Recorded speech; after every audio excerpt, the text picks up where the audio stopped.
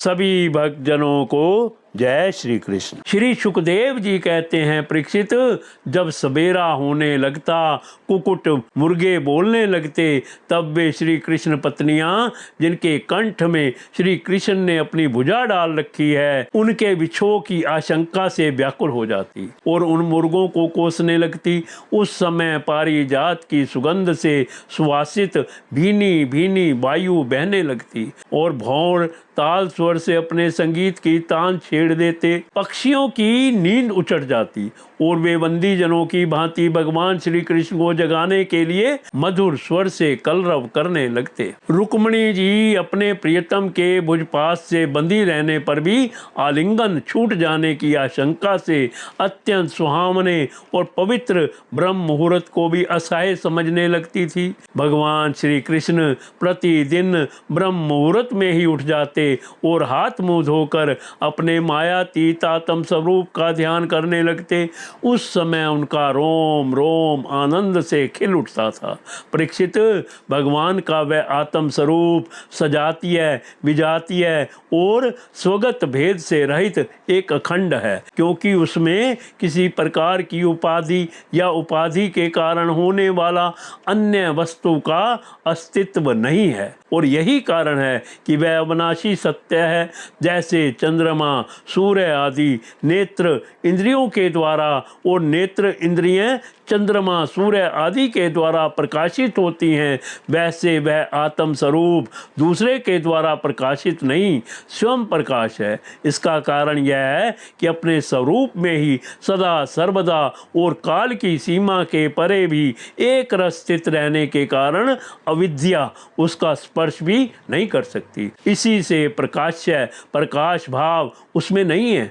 जगत की उत्पत्ति, स्थिति और नाश की कारणभूता ब्रह्म शक्ति, विष्णु शक्ति और रुद्र शक्तियों के द्वारा केवल इस बात का अनुमान हो सकता है कि वह स्वरूप एक रस, सतारस और अनंत स्वरूप है। उसी को समझाने के लिए ब्रह्म नाम से कहा जाता है। भगवान श्री कृष्ण अपने उसी आत्म स्वरूप का प्रतिदिन ध्यान करते।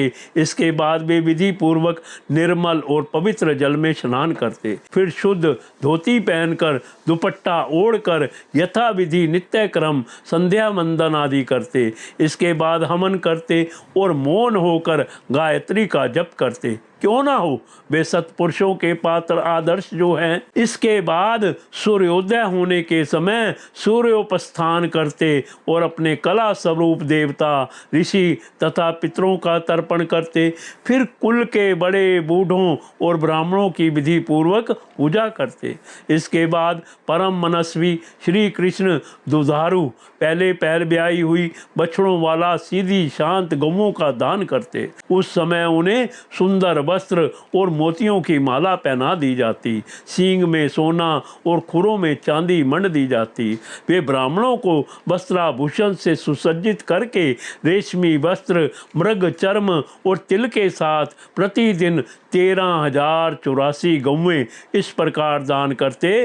तदंतर अपनी विभूति रूप गौ, ब्राह्मण, देवता, कुल के बड़े बूढ़े, गुरुजन और समस्त प्राणियों को प्रणाम करके मांगलिक वस्तुओं का स्पर्श करते। परीक्षित, यद्यपि भगवान के शरीर का सहज सौंदर्य ही मनुष्य लोक का अलंकार है, फिर भी वे अपने पीताम्बर आदि दिव्य वस्त्र, कौस्तुभादि आभूषण, पुष्पों के हार और चंदन आदि दिव्य अंगराग से अपने को आभूषित करते। इसके बाद वे घी और दर्पण में अपना मुखारबिंद देखते, गायें, बैल, ब्राह्मण और देव प्रतिमाओं का दर्शन करते। फिर पूर्वासी और अंतपुर में रहने वाले चारों वर्णों के लोगों की अभिलाषाएं पूर्ण करते और फिर अपनी अन्य ग्रामवासी प्रजा की कामना पूर्ति करके उसे संतुष्ट करते और इन सब को प्रसन्न देखकर स्वयं बहुत ही आनंदित होते।